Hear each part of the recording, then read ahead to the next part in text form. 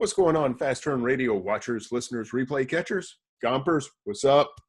Gompers is hard at work. I don't think he's joining us tonight, but he might. You never know when Gomper shows up. But anyway, and a fist bump to everybody else out there. I appreciate you guys being here live. Looks like we got 36 people right now. Hopefully we get a few more that kind of trickle in as the hour goes on. But thank you to the 35 who are here now. Tonight's show hopefully is going to Diana said fist bump back. Double D. Hopefully tonight's show gives you a little bit of insight into not just paid courses. That's kind of how I set it up was, should you pay for courses and should you pay for coaching or groups or any of that kind of stuff, which we will absolutely discuss. But it goes deeper than that into other parts of your business as well. When and what you should spend in different areas and how that affects you. So going to be just an interesting overall how to make the most of your money, because this is the pivotal time of year that you're going to make as much in the next 2.5 months, most likely, as you did in the previous 9 months or so leading up to this. I mean, it for anyone that hasn't been through Q4, and yes, technically we're in Q4, but I'm telling you, it's that 5-week period between Black Friday and Christmas that is the heart of this thing, where it's like Amazon flips a switch and suddenly what was maybe a trickle or a nice steady stream becomes Niagara Falls of sales and money and work and inventory, and just everything just goes beyond your wildest imagination. So we will definitely get into that. Oh, I see Anna is on camera. Look at that. She's fixing her hair, trying to make sure you look beautiful. You're good.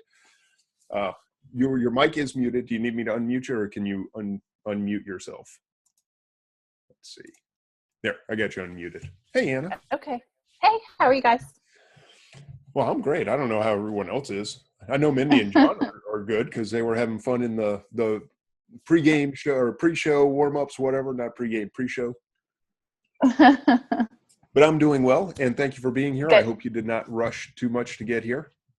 I did not. All right, cool. I knew you said you were running a little behind, but just didn't want you to get any speeding tickets or anything just to Nope. show, nope, didn't break a nail or anything. Everything's good. Good. All right, well, I am going to run through the road to 500K super quick, just to kind of keep people updated on where I'm at, and then we'll come back to you. And thank you so much for being here, which for anyone that doesn't know, Anna had no idea she was going to be on tonight until I posted the subject. And she's like, wow, that sounds great. I'm kind of working on something. Yeah. Please come on and discuss it with everybody. Awesome. Yes. Yeah, your background is going to come into play in many ways. So I will get back to you in just a minute. Feel free to stay on. Very good.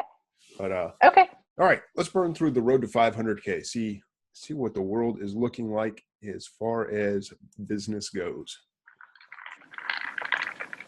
Let me just get Seller Central pulled up here.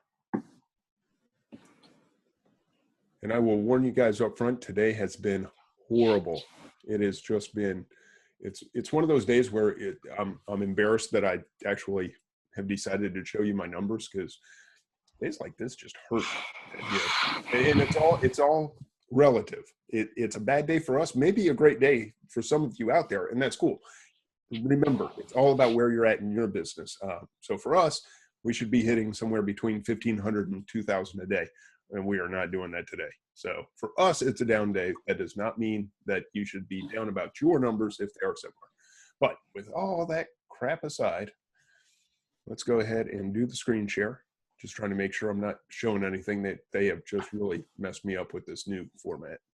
All right, but here we go. Screen.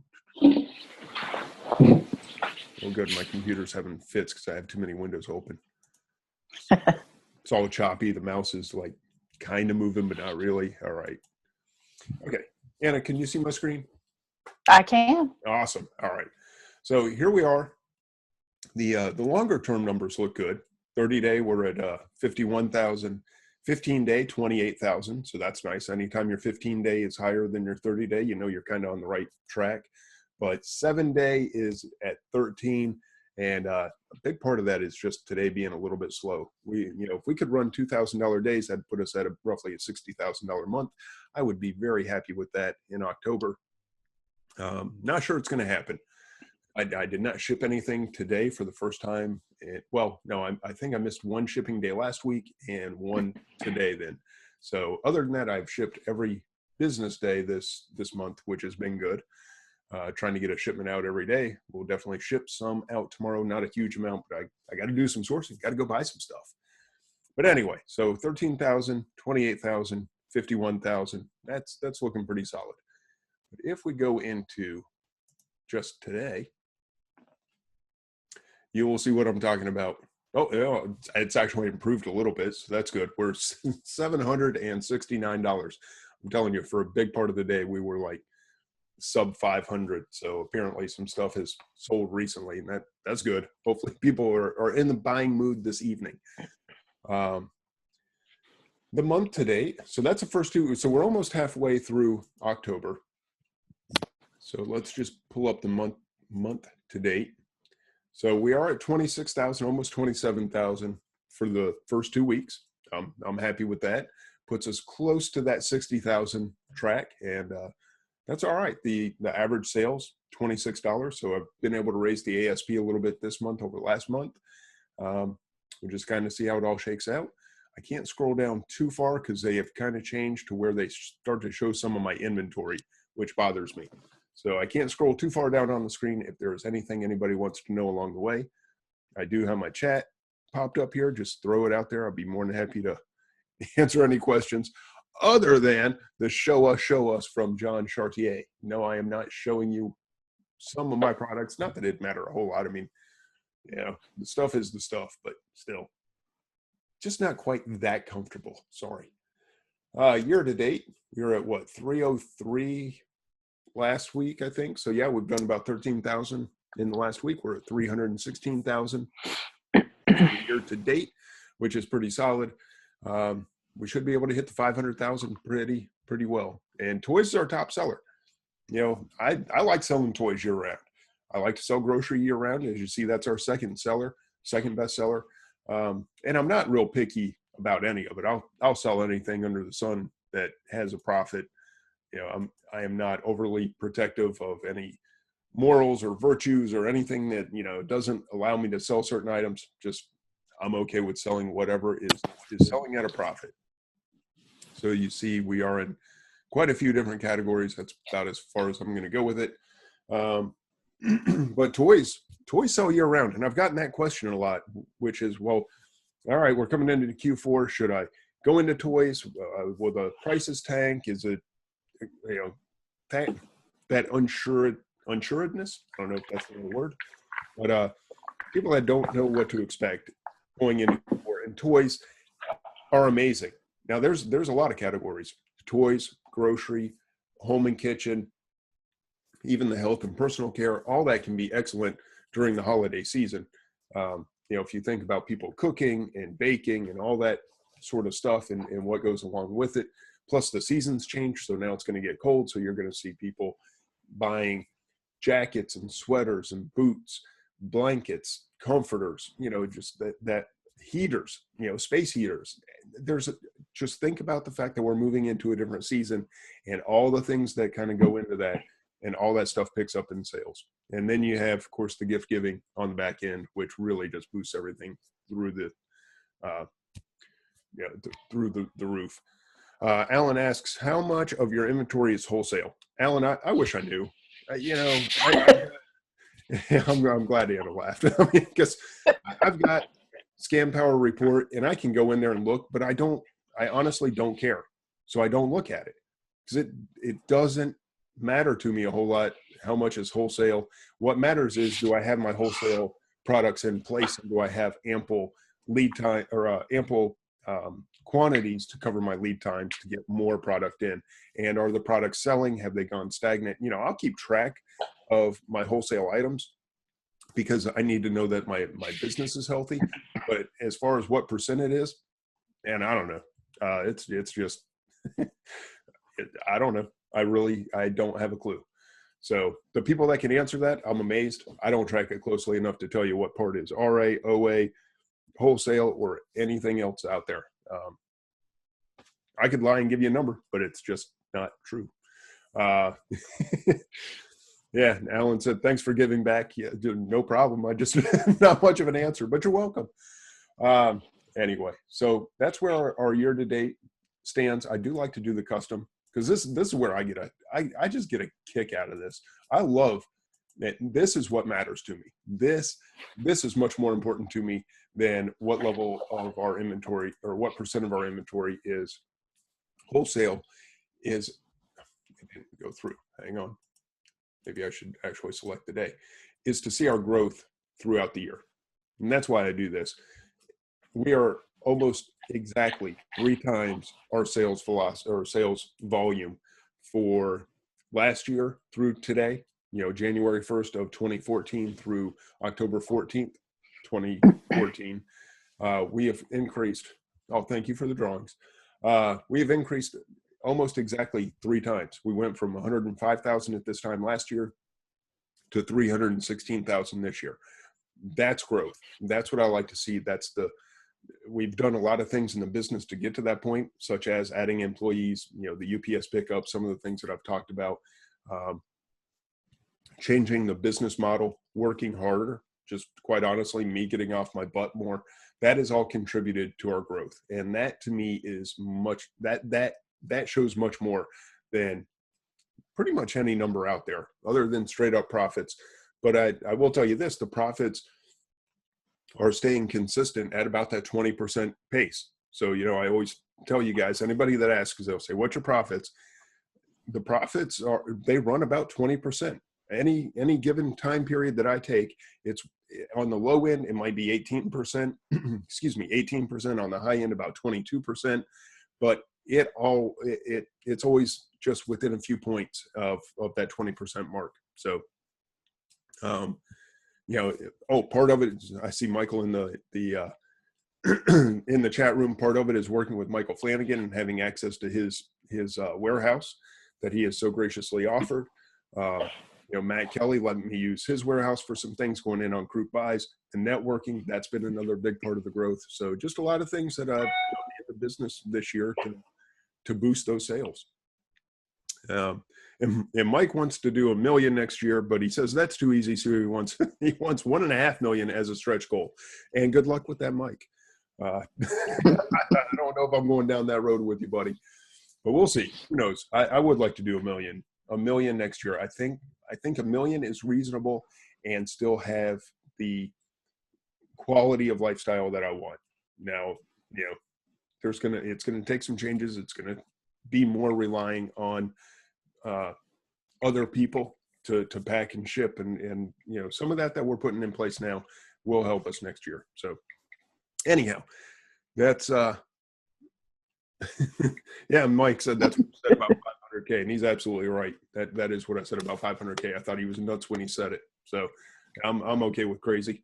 He makes the announcements. I try to make it happen. It's kind of interesting. But it's great motivation. And John Chartier says, I will need credit cards. No, sir. If I can't do it in cash, I'm not doing it. All right. So we have any other questions about the road to 500K? I think we're pretty well on pace. I can't see missing it unless something just totally unforeseen. And again, the takeaway, here's the toys, here's the grocery, beauty, health, personal care, shoes, 15,000 in shoes. We weren't even approved in shoes last year. So lawn and garden, I mean, just everything. We do pretty much anything under the sun. Clothing, $8,000 in clothing. And I'll tell you this, clothing is going to boost in the next few months. We did 10,000 Q4 last year. So I expect us to do somewhere around that number again this year, if not more. All right. Let's get off here with our special guest, Anna Hill. All right. Hi, I'm rearranging. Okay, no problem. Okay. Can you guys hear? Is the connection okay? Yeah. Yep. Everything looks good. Sound good. I just have to get the dogs out of here. Go on. Can we see all the action figures in the back? Yeah. Can you guys see? Definitely. Always impressive to see the action figures, even the loose ones over there on the shelf. I mean, those are begging to be played with. They're begging to be scanned, all of them. That too. Okay, I've lost you guys somehow. I don't.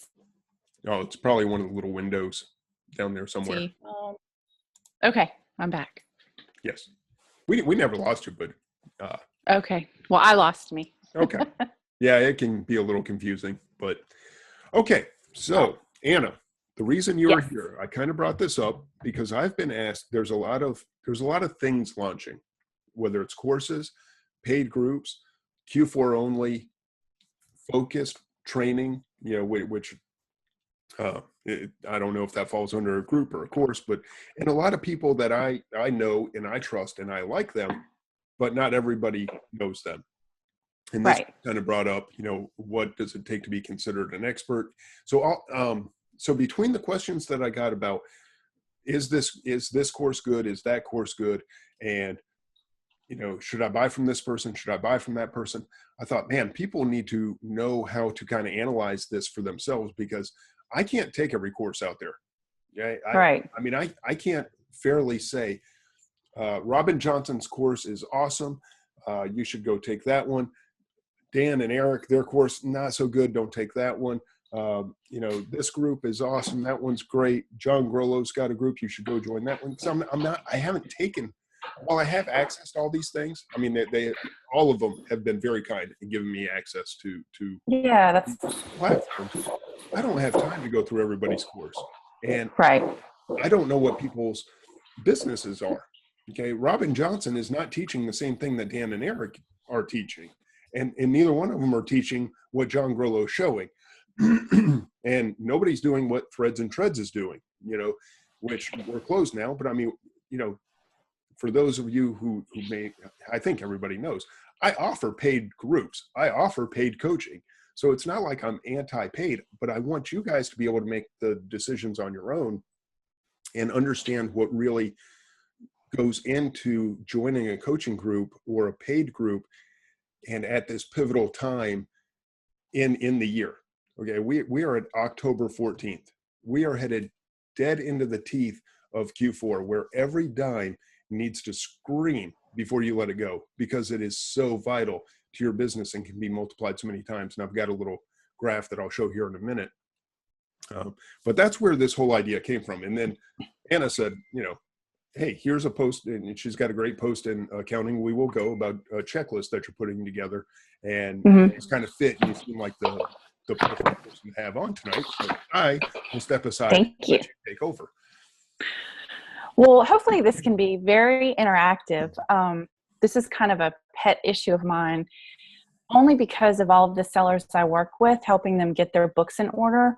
And it's kind of heartbreaking when I hear people say, gosh, I bought this class, product, service, coaching, and I really wish I hadn't.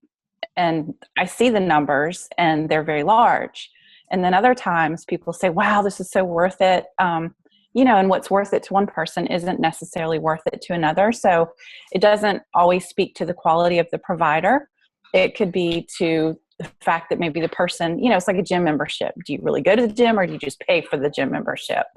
And so I haven't really figured out yet the secret sauce to, the recipe to figuring it out. But I do think better due diligence on the part of us, the people buying the services, is crucial. And I think that's where people drop the ball. Yeah, I totally agree. I have seen, and Karen, KIB, kind of pegged the phrase earlier today when I was discussing what the show topic was going to be and everything. She said, there are serial buyers out there. Mm-hmm. There are. Yeah, and I'm not going to obviously name any names whatsoever. Mm-mm. There are people that I see the same names, and it's not just one person or two. I mean, there are a group that I see in every single coaching or course or group that I'm a part of. Right. I'm thinking, these are vastly different business models. You can't, to me anyway, I don't know how you could execute all parts of it and make everything worth it. Catherine Shelton is another one. She does bundling, and she's awesome with bundling. Andy Slamans does private label, and he's great with private label. But how can you pay for all these different courses, be in all these different places, and effectively grow your business based on the information provided when the information is so vast? So, right. And I've paid, and I'm going to go over this later, I've paid up to $1,000 for coaching groups. Okay. Right. And to be a part of a coaching group. Um, I buy stuff. I pay for groups. I pay to be a part of things. I buy books and coaching, all that. So I Yeah. understand, but I've come to realize about myself, I am terrible at execution once I have my mind made up. Okay. Now when something is brand new to me, I'll take it in like a sponge. And you tell me to go try it, I'll go try it. But once I've tried it and I've done it, I'm not going to go do it again. And I get set kind of in my ways. So for me to buy courses at this point doesn't make a lot of sense because I know I'm not likely to execute. Yeah, it's just where I fall down. So I'm sorry, this isn't supposed to be about me. I just want people to understand I identify with the trend of trying to do everything. But you need to be self-aware, I think. People need to be self-aware of their business model, their cash flow situation, where they're trying to go, and who they would learn best from. Would you agree with that? Or I do agree. And I think a lot of times people think if I throw money at this problem or challenge, my business is going to grow. But they're not thinking about what specifically the person, service, coach, whatever is offering that will help them get to that goal. Because I mean, even I fall for that sometimes, like, wow, if I just pay for this, my so-and-so will grow, my sourcing knowledge will grow, or my business will grow. But it's hard to quantify unless you stop, just like you said, be aware of cash flow and budget on all those other things. But I think even more importantly, I've noticed this disconnect in a way, maybe of the service providers, and I'm using that kind of shorthand for all of these things. There's not a lack of transparency, but I wish there was more transparency. And I wish it was transparency that was volunteered up front. Yeah, I have now seen in the last 2 weeks, I've seen 2 different courses offered. I won't even mention price. It doesn't matter. Offered by 2 totally separate people. And I've seen no proof whatsoever of what they're doing. And I'm sorry, if you can't show me, and it doesn't even have to be sales volume. Okay. I started coaching when I was doing $10,000 a month. I know that sounds ridiculous, but it's true because people came to me and they're like, hey, how do I do what you're doing? Because they were at $2,000 a month. They're like, I want to get to 10. Like, I don't think I'm doing anything, but I can show you what I'm doing to be at 10. So it's not, oh, you got to do $50,000 or $100,000 a month, but what are you doing? What these techniques that you're going to teach me, what have they done for you? You got to be able to show that in some manner. And for 2 people to launch different groups or coaching and not have any transparency kind of blows me away. I don't know how you expect people to trust you and buy your stuff. That's what I But see. they do.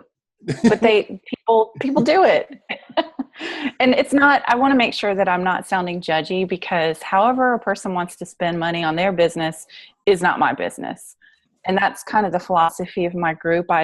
There's certain accounting things that are unethical and immoral, but I'm not the accounting sheriff. I'm not the expert guru sheriff either. But I think sometimes people are throwing good money after bad where they haven't taken the time to do their homework. And it seems like more lately, but maybe I've just become more aware of it. I'm not really sure. And it's not necessarily a bad thing, because I think what'll happen, competition will kick in, the cream will rise to the top, because, this is a small community and people talk and they share. Yeah. And it should be self-regulating. My concern is that's not until after the fact, not until 6 months down the road and you go, oh, wait, that didn't work. And I just wasted $300, $500, $700, $1,000, whatever the case may be, or even $100. Because I have an example where I'll show you what happens to $100 and what it truly costs you if you just throw it in hope, oh, if I pay for this group, I'll be doing what that person's doing. That's not the case. You saw my sales just a few minutes ago. Right. I am an admin for Threads and Treads, a paid group, $100 a month. Right. I probably have some of the weakest shoes and clothing sales of just anybody. I have no reason. I don't actually teach Threads and Treads. Okay. I am just kind of, I help. Are you like the troublemaker in there? What are you doing in there? I help the other 3 kind of run a group. That's really, Okay. that's it. I'm like, okay, Becky, this is, yeah, that's a great idea. Maybe we should do it this way. I actually help more on the admin side versus hands-on. Right. I'm just teasing. Oh no, it's okay. Cause somebody actually, they asked me last night, they were like, what are your clothing? Why aren't your clothing and shoes sales better? I said, that's actually a valid point. The reason is I don't do a lot of Amazon flips, which is what we teach in the group. And I don't take flips from the group directly. Mhm. So even if it's posted and I think it's great, I won't take it because we do have paying members and it's Right. not right for me to take it. But it's a valid question of why aren't my numbers better? Well, that doesn't fit my model. Now, I know people that are in that group that are doing tens of thousands of dollars a month in shoes and clothing. And so it is a fit for them and they do very well with it. Right. It wouldn't fit me because sitting in front of a computer is not my thing. I'll do it Wednesday nights at 8:00. I would make a spreadsheet every now and then if I have to, but searching for deals or even, watching a group that's going to post at some point, there might be something that comes through. I'm just not going to be there to catch it. My butt's going to be in the store and on my iPad and, scanning stuff because RA fits me. That's right. That's my fit. That's what I like. Wholesale. I love wholesale. Part of the problem with the wholesale formula that I had, it's a great course. And I did go through that one because I helped Dan with it along the way. So I saw the videos and I saw what was going on and I went, wow, what you guys are doing is amazing. Chances of me leaf sourcing for 8 hours to find 50 leads, not going to happen. So as much as as much as I love wholesale, even the way that they do wholesale, and they do incredible numbers with wholesale, I'm not going to do it.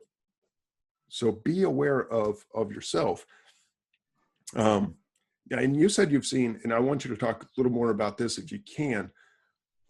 What have you seen on the back end after somebody pays $500 for this course? I mean, how much have you seen people on average kind of pay for this that end up in trouble? Are they buying 1 or 2 courses, 10 courses, $1,000, $5,000? Interestingly, what I've noticed is that, and obviously not going to name names, people courses or anything, but I've noticed that there are some courses, and it hasn't been the same one, that have been expensive thousands that have been complained about a lot more than the $100, $200, $300 things. And I think that's actually because that hurts more. A couple $1,000s hurts a lot more than a few $100s. I don't necessarily think it reflects the fact that the class was a disappointment or whatever it was a disappointment. But what I've also noticed is, and I've asked this on purpose because I'm kind of fascinated by this whole thing. I said, well, what happened when you spoke to the person about your concerns and told them you weren't getting what you needed and what out of whatever it is you needed that you're not getting?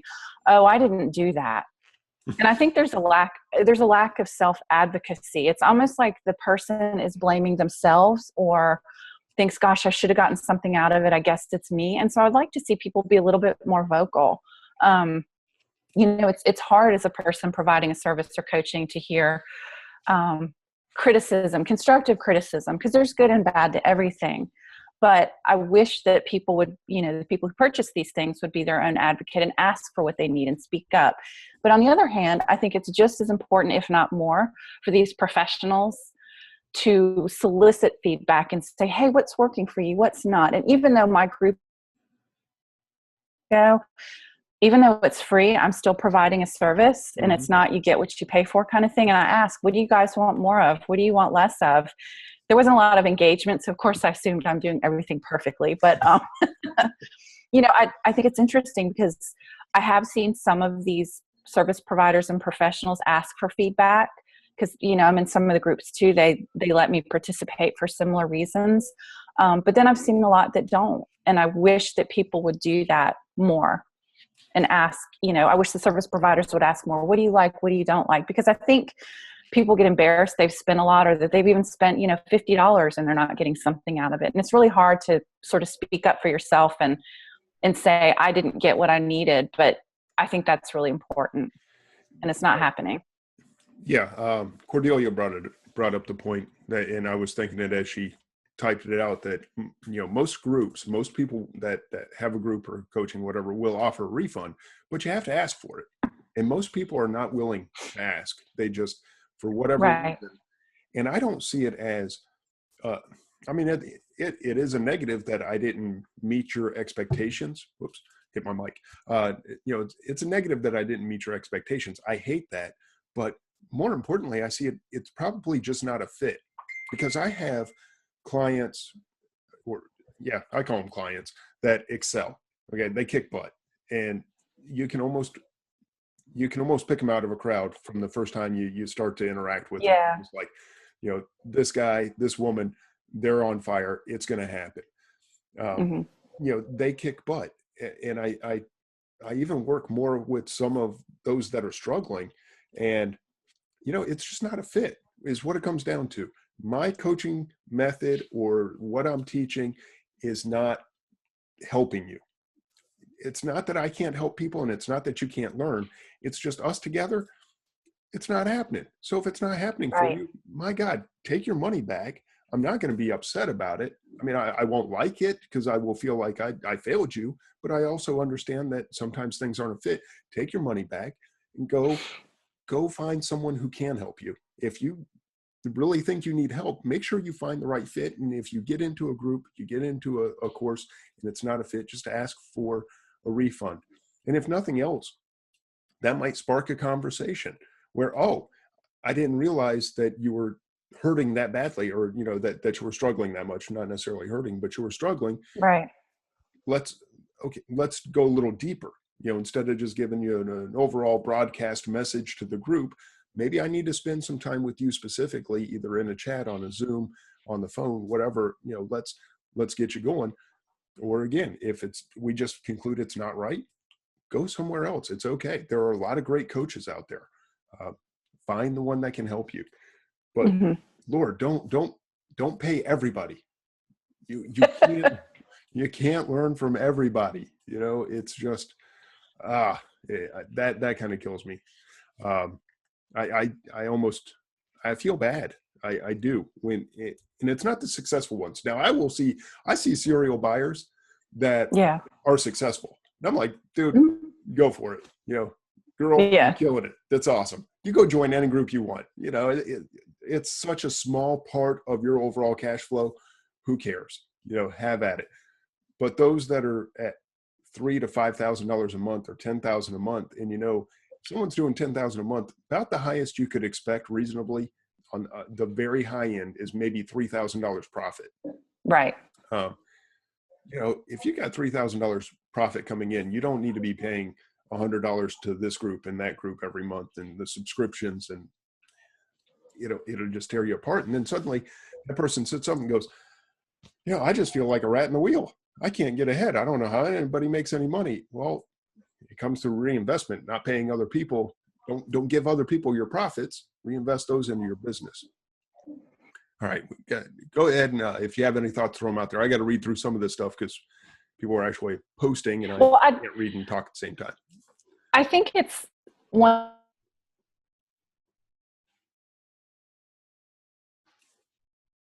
client and who is a good fit. And I know some people have done that, and I think that's really refreshing. There are people I have talked out of working with me for various reasons, or suggested, this might be a better time, and helped them strategize, or even come up with something that's a better solution that doesn't cost money, that's, just as adequate. But I wish that the people who had these groups and serve the type person that's a good fit, this is an ideal customer client, so that people could start learning more about what it is. Because you're right, it's not one size fits all. And I don't really see anything. I feel like sometimes people cast a wide net, just waiting to see how many people will sign up. And I know I sound like I'm being negative, but I think sometimes that's the perception on the buyer side. That's probably not true, but I think the seller needs to do a better job of explaining what it is, who would be a best fit for their program. Yeah, I agree. What I would love is we all say what we do. I'm going to teach you replens. That's kind of where my coaching is focused. Whether it's wholesale, replens, any of it.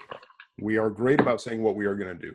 We are terrible about saying what we can't do, what we won't do.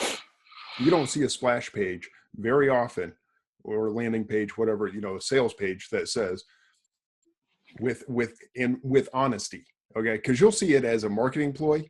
Oh, don't sign up if you don't want to make $1 million next year. No, that's great. Yeah. Okay. Don't give me the marketing stuff, but no, the honest people that will go, my coaching is not a fit, or this course is not a fit for the person that doesn't have $5,000 in the bank. Right. Doesn't doesn't have 4 hours or 6 hours a day to apply what we're going to teach. Right. I mean, you should really know who your core group is. For me, I don't think anybody that's doing over $10,000 to $12,000 a month should join my coaching, because I set it up directly as someone making 2,000 to get to 10, because that's where I was when I first created it, and it's expanded a little bit since then. But that's where I always thought that it fit. But I don't put that on my landing page. I probably should. It's just not something that comes natural to say, oh no, you guys don't, you shouldn't sign up. You're making too much money already. I'm over here. But that would be a service that would help people maybe discern whether or not this is the right fit for them. Right. So yeah, there's all kinds of stuff. It's starting to pick up in the chat room now. Is it mayhem? Not too bad, but there's just a lot of good stuff that Matt Kelly said, too bad there isn't a service that I can pay for that will tell me what services I should pay for. And that's almost how it That's feels. Funny. Michael Flanagan. Karen and I had, I'm sorry, go ahead. Michael Flanagan just said we have more, what do you say, more coaches per capita than, Facebook is just full of people selling stuff now. And that's it's getting to be too much. But yeah, what about Karen?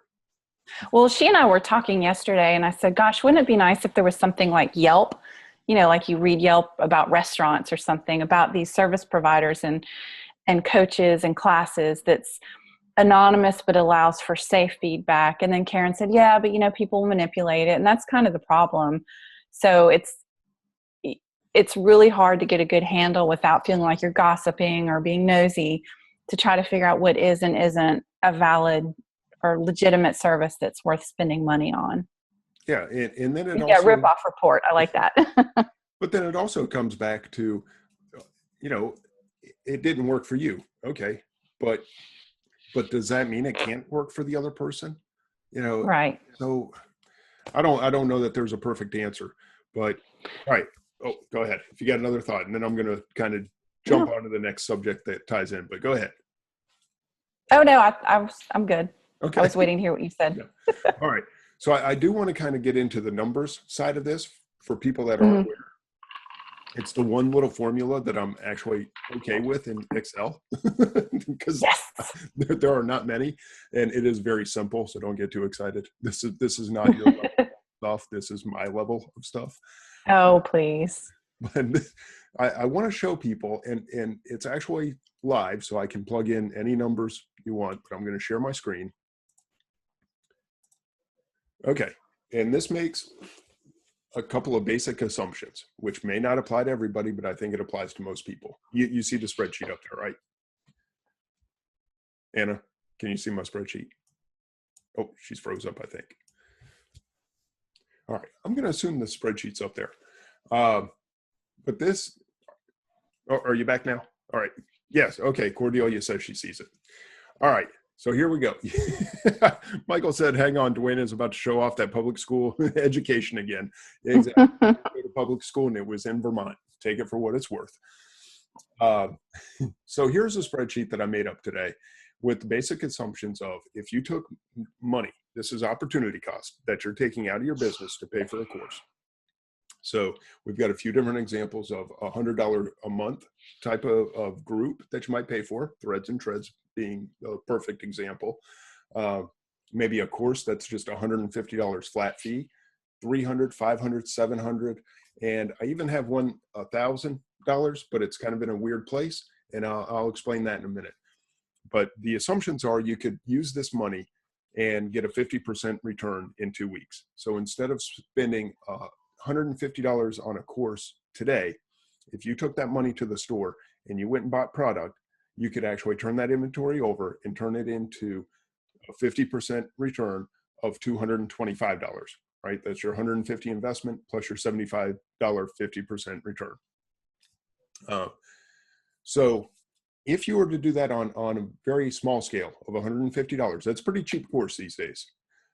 You will see that turns into October 28th, 2 weeks from now, you get your disbursement again at $225. If you were to reinvest that money, it would be 2 weeks. You'd get that out at $337.50. 2 weeks again. This puts us at November 25th, right there at Black Friday. Now, this money is not in your pocket. It's not accessible because you paid for this course. That's $506 going into the heart of Q4.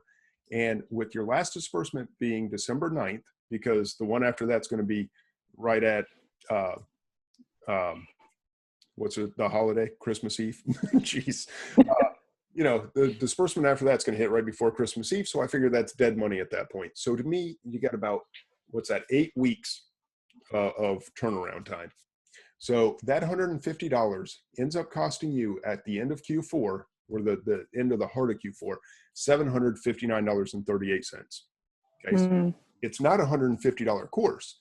It's a $750 course when you realize what you could have done with that money. That $300 course ends up being a $1,500 course. So one thing that bothers me that I hear people say is, well, if you can't make $150 on this course, then, you're just not working hard enough.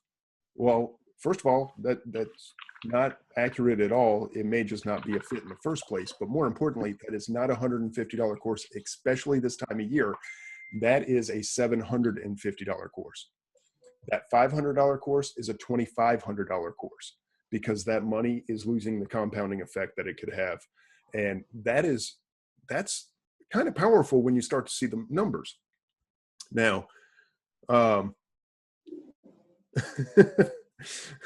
Mindy saying, dang, Duane, I got slammed enough for saying that if you couldn't make thousands. Yeah, Mindy, that was maybe not your best statement, buddy. that was a little over the top. But anyway, that's how I kind of see this stuff. And this $1,000 that's down here at November 11th, that was me. That was me right here. That was me last year. It was mid-November, and I paid $1,000 for a course. And I honestly knew at the time I wasn't going to do anything with it until at least February, but it was, this is your window to get in. If you don't get in now, you don't get in later, period. I said, man, I wish I had gone back in my bank account. I did not. I'm going to guess that at the time I had somewhere between $15,000 and $20,000 in the bank. So I was like, okay, I can unplug $1,000 and I'll survive. But that $1,000 over the next month ended up costing me $2,500. And I'll tell you this: anyone that thinks you cannot spend your entire budget in Q4 has never been through a Q4. I've said it before. When I spent $12,000 in, I think it was 3, maybe 4 days. I think it was 3 days. From the time I got my disbursement on Monday, I was tapped out $12,000 on Wednesday. Done. And that was, there was just so much opportunity. So it's not like, oh, this money's going to just be sitting there anyway. Well, if it is, then no, this opportunity cost doesn't apply to you. But if you are going to spend this money, it costs you money to unplug from your business. So that $1,000 cost me $2,250. And I honestly never did anything with it. So I lost because of me, and it is on me. This is not the course provider whatsoever. This is all on me. But because I unplugged that $1,000 then, and because I haven't taken action now, I basically flushed $2,250 down the toilet, and that's at a 50% return. A whole lot of 100% returns. We won't even touch those numbers because it grows exponentially. But I've made that mistake. And it's not just courses. This is something else I wanted to touch on. I bought a trailer that was supposed to be about $3,000 to get my van, put a hitch on the van, buy a trailer, $3,000 out the door. Well, then I found out the van can't pull the trailer. So then I bought a $6,000 truck to pull the trailer. And then I had a couple $1,000 worth of work done on the truck to pull the trailer. That was supposed to cost $3,000. I got $11,000 tied up into the $3,000 trailer. All right. It was now. I love the truck. I love the trailer, and I am finally making money with the whole setup. But my God, it was just one thing after another. Oh, and it cost me $400 to get the van fixed after I blew it up trying to pull the trailer. So Oh my gosh. it was amazing. But, but keep in mind when you see John Chartier just signed up for a warehouse, that's money he's pulling out of his business. When you see I bought a truck and a trailer, that's money that I pulled out of my business. That, that cash has to come from somewhere, and there is an opportunity cost. So when I tell you to buy a backup dymo, well, if you've got $500, you have no reason to have two dymos. Okay, just don't do that. That doesn't make sense in your situation. If you've got 5,000 or 50,000, it's no problem. But every dime you take out, whether it's for a course, for coaching, or for business use, for business products, for backups, for a KDC that costs, they're about $250 now, KDC scanner. If you want to upgrade your iPhone, any of that you're pulling money out of your business, just keep in mind how much it's going to cost you in the end. Now, somebody did ask about $5,000. There is a $5,000 course out there for anyone that is not familiar with it. So I don't know what this turns into. I'm almost a little bit scared. Yeah. Wow. That's painful. Okay. So you just saw here live that $5,000 investment right now turns into a $25,312.50 opportunity cost in just 8 weeks. Had you taken that $5,000 and been able to reinvest over those 8 weeks, that's $25,000. That better be quite the course. You better make sure. And I've had people actually ask me, should I take out a loan to pay $5,000 for a course? Oh my God. If you don't have the money to pay for the course up front, you sure as heck don't have the money to put into the business the way that you need to apply the principles that hopefully this $5,000 course or any $5,000 course is going to teach you. You need money left over at the end of the payment process to actually implement the ideas that you're hopefully going to learn. It's just, it's vital. If you have $7,000, you can't spend $5,000 on a course. If you have $700, you can't spend $300 on a course. Does not make any sense whatsoever. Now, Mindy says, Duane, I was going to join your group, but when you compound it like this, yeah, that's And Karen says, for some, it was worth it. Now, I assume she's talking about one of these courses. Absolutely. I am not saying courses cannot make you money. Do not misunderstand. I want you to truly understand what the cost of that course is, though. It is not that, and here, I didn't touch on this one. I'm sorry. Here's your $100 a month. Here's your $100 a month threads and treads or any other that's out there at $100 a month. What's it going to cost you? Well, it costs you $100 up front today, right? So 4 weeks from now, we're going to pay another 100. That's what this second 100 is. So that first 100 is compounded over 8 weeks. That becomes a $500 investment. The 100 that you pay a month from now is a $150 investment. So both of those combined becomes $656 in 2 months out of your pocket on a $100 group. Make sure you are getting your money's worth. If you are not, leave the group. That's a subscription-based deal. End your subscription. If it's early, now I wouldn't say, go through 29 days and then go, well, this just wasn't worth it. You might get a little pushback on asking for a full refund at the end of the thing, but at least cancel it for the next month. Okay. And if you really truly feel you did not get your value, then yeah, you will get a refund. And if anyone's in threads and treads and you've been in there for a month and you think it's not worth it and you just watch this and it hits you that this is not right, I'll refund your money. Me personally, if you contact Becky and she says, I don't know, whatever, I will honor that. Okay. Because you need to understand what these groups and what these subscriptions cost you, not only up front, but long-term by unplugging that money. All right. Again, there's lots of stuff. I'm going to go read through those. Anna, what did I get right? What did I get wrong? Well, I think you need some smelling salts over there. You're about to pass out at the Lost. I get a little passionate. You know what? It's good though. This is such a great way to think about it. And I also wanted to point out another sort of accounting consideration, especially, and I was thinking about you in the truck. When you buy an asset and you have it in your tax return and it's a long-lived asset that can be depreciated, you don't even get that entire expense in the tax year. So if someone bought, just using the truck as the example, and it was depreciated over 3 years and you just say paid $30,000 for it, that's $10,000 worth of expense in year 1, year 2, and year 3.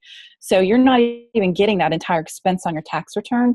So I would encourage people to think about these big tickets, or strategize a little bit. And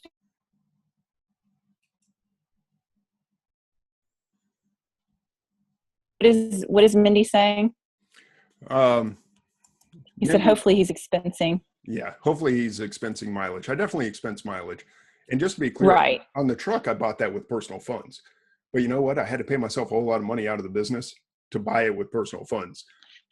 Well, yeah, and that's kind of what I'm saying. So on top of that, then the business didn't even get to expense the entire thing, or possibly there are No, ways that you can do it differently. So you kind of got, in a way, you were out of cash up front, but you couldn't even take the expense in year 1. You had to spread it out over whatever the tax laws say that asset has a useful life over. So I encourage people to think about these big dollar items, and remember, you don't necessarily get to expense the whole thing in year 1. I'm not trying to give tax advice. Yes, there are exceptions to that, but this cash flow planning that you're talking about is really important. And you can see there in your example, absolutely, whether it's a $150 class or a $5,000 class.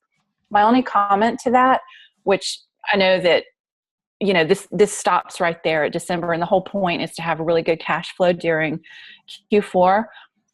For me, the reason I would consider maybe doing it in Q4 is almost like you said, if that was the only opportunity, or if I felt that the information had such value that I really needed the extra 3 months to get ahead of the game, or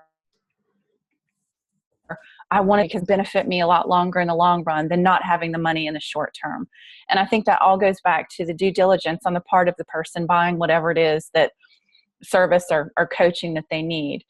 And I think there's probably very few pieces of information that knowing 3 months sooner is going to make a material difference in this business. I could be totally wrong. I happen to think accounting is one that it does help, because taxes are going to come, and you got to get your books in order. But I've told people, this is, save save it for January when there's not much going on and the weather's awful, and you can be more focused on it. So I really can't think of a lot of things that are so crucial that they can't wait with the focused groups or training or coaching. And I'm not sure how many of those there are, if there aren't, if there's special secret sauce that they are sharing during Q4 that makes a difference or not. But again, that gets back to the due diligence. You've got to ask those questions ahead of time. And some of it's, you're right, you get out of it what you put into it. So there's responsibility on the part of the person buying whatever it is, but there's also responsibility, I think, on the service providers to be very upfront and transparent about their ideal client. I think people should do a better job also of giving referrals, like, hey, here is a colleague of mine, talk to them, they have a similar product, they are a little bit different, but be, customers or clients, reach out to them and ask for confidential feedback. Yeah, I agree with that also. And I've recommended other coaches to people. And I know other coaches have recommended people to me. It's because we kind of know where we specialize. We know where our focus is. But yeah, there are, I don't want anyone to misunderstand. I'll give you a perfect example. John Grollo sent me a message tonight, and he said, hey, can you let people know I have 8 slots available for $250 for the rest of the year in his dyno sourcing group, where he takes you, unlike anything I've ever seen. It's amazing. He goes to the store, he takes pictures of exactly what he bought, he posts the current price that he paid, the current price on Amazon. You decide if it fits your model or not, but here it is. Mm-hmm. I just bought this. Okay.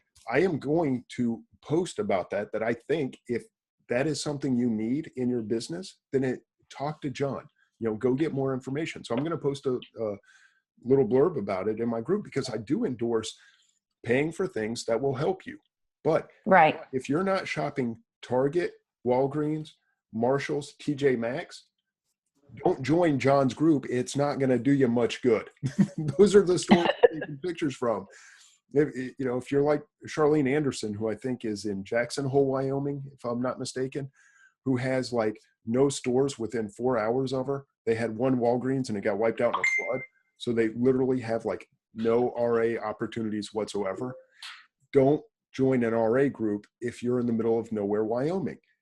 Right. It doesn't make any sense, but for somebody that's in Dallas, Texas, which is where John's at, you see the stores he's shopping at, the stuff he's buying, and there's 1,000 of each of those stores. I mean, Dallas is huge. Then maybe it does fit, and maybe it does give you insights, because you hit a very important point that this is our one opportunity. So if you are kind of behind the curve and you need that accelerated training to get you up to speed so that you don't miss this opportunity by being cheap and holding out or whatever, and you have the money to implement the ideas, and you see the business model that fits yours, then yes, maybe it is the perfect time to jump in one of these groups. But don't jump in all of them. Do your homework.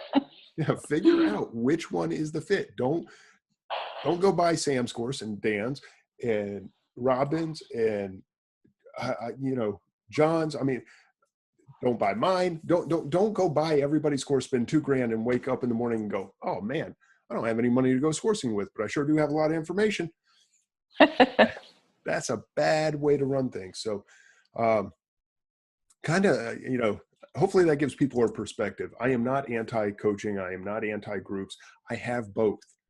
I am pro-coaching. I am a consumer as well as a provider. So I see it from both sides. I just want people to make wise decisions. And don't ask me, honestly, if some DDR's come up a couple of times. People said, should I join DDR? I said, I don't know. KIB kicked me out. She said it was a conflict of interest because I was part of the Threads and Treads and didn't want there to be a perceived conflict of interest. So she kicked me out. What do I know about DDR? Not a part of it. Go ask the people that are a part of these things, or post in Fast Turn Radio or Scan Power, Accounting We Will Go, any of the Scanner Monkey. If you're a Scanner Monkey member, just post in there. I'm thinking about joining XYZ. Could somebody, if you are a part of this, can you PM me? I just have some questions. Okay. Mm-hmm. Get those honest answers from people that are in it. They can, better than me, the provider. Go ask the client what they think of fast turn coaching or of the wholesale formula. Any of the stuff's that's out there. Ask the people that have implemented it and kind of touch base with them as to what their business model is and try to figure out whether or not it's a fit for you. That's your best source. It's not the content providers. Right. It's the actual students, clients that are in these groups. No, I agree. I think a good question is to ask of the service provider, if this has failed for, what are the reasons you've seen your class not work or your coaching not work? What are factors that contribute to it not being successful? And if they can't answer that, then they're either not aware of what isn't working, or they're not being honest, or maybe they don't want to share it. But to me, I could tell you reasons why certain accounting things that I'm helping with wouldn't work. And it's not necessarily something bad about me or the person, but that's something that all of these people should be aware of. Who isn't the ideal client? Who is the ideal client? Who isn't? Also, who can you get referrals from? What is, service provider? Who's your competition? I want to do some comparing. I think that in this business, our competition can also be our best referral source. It's like you're saying, someone might not be a good fit for you, but your friend and someone who may have been in a group and a colleague is. And I think that attitude is a lot better than this bad kind of thing that bubbles up from time to time. Yeah. Can't we all just get along? No, we're competitors. I have to bury you. Exactly.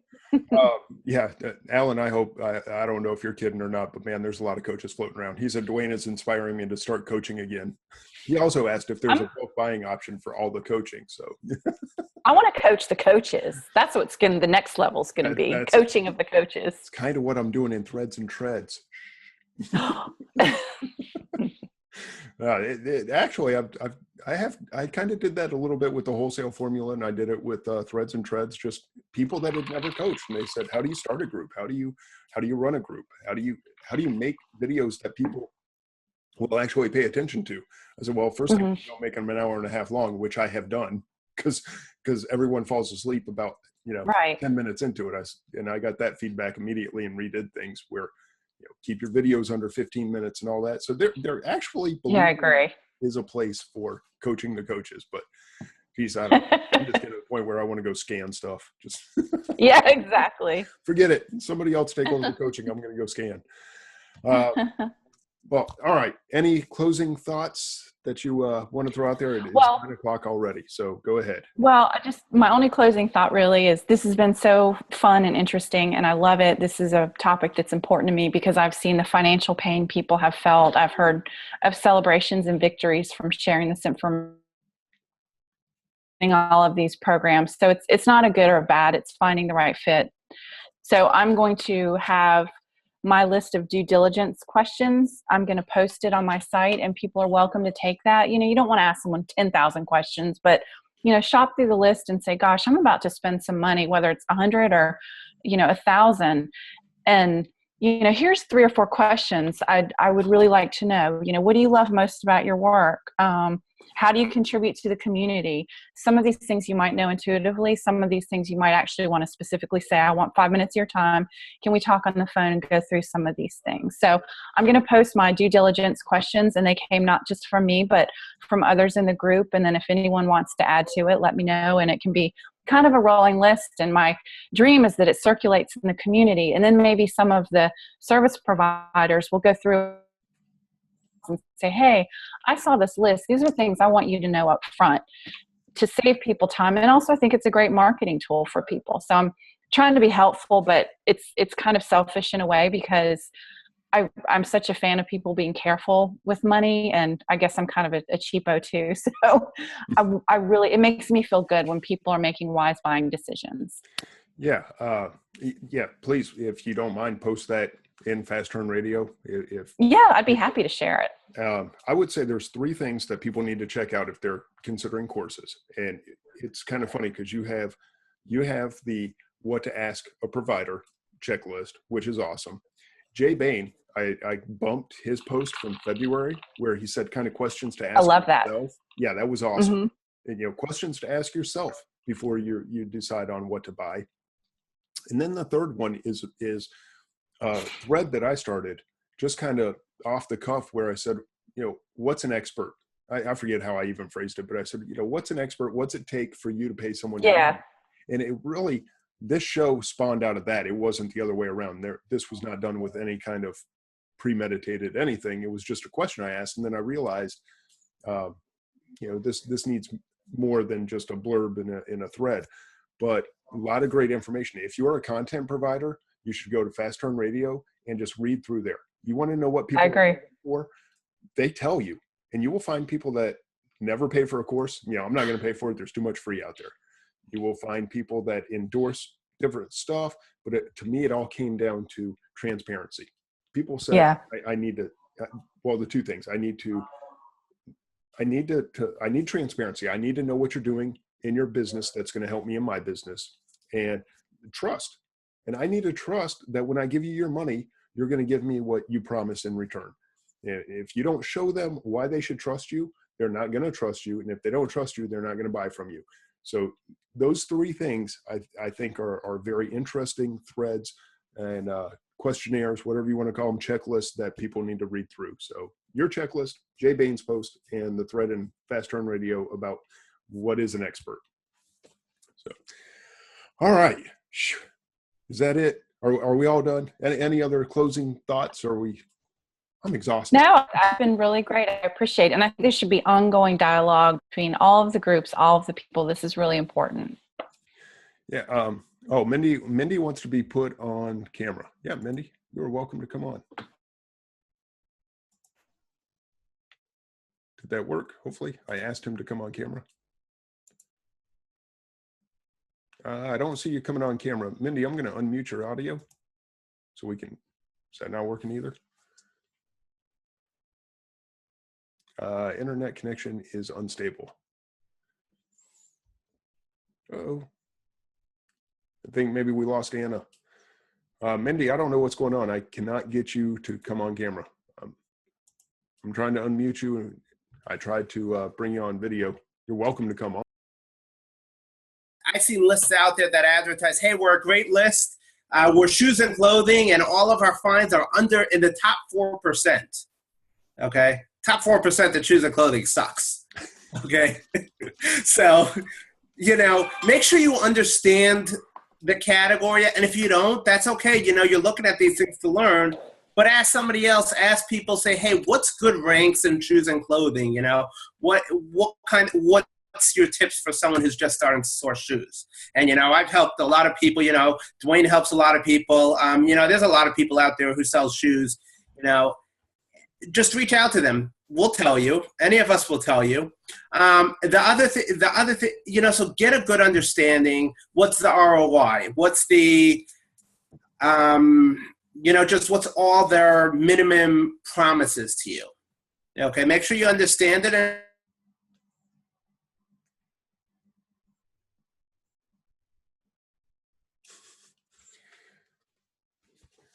All right.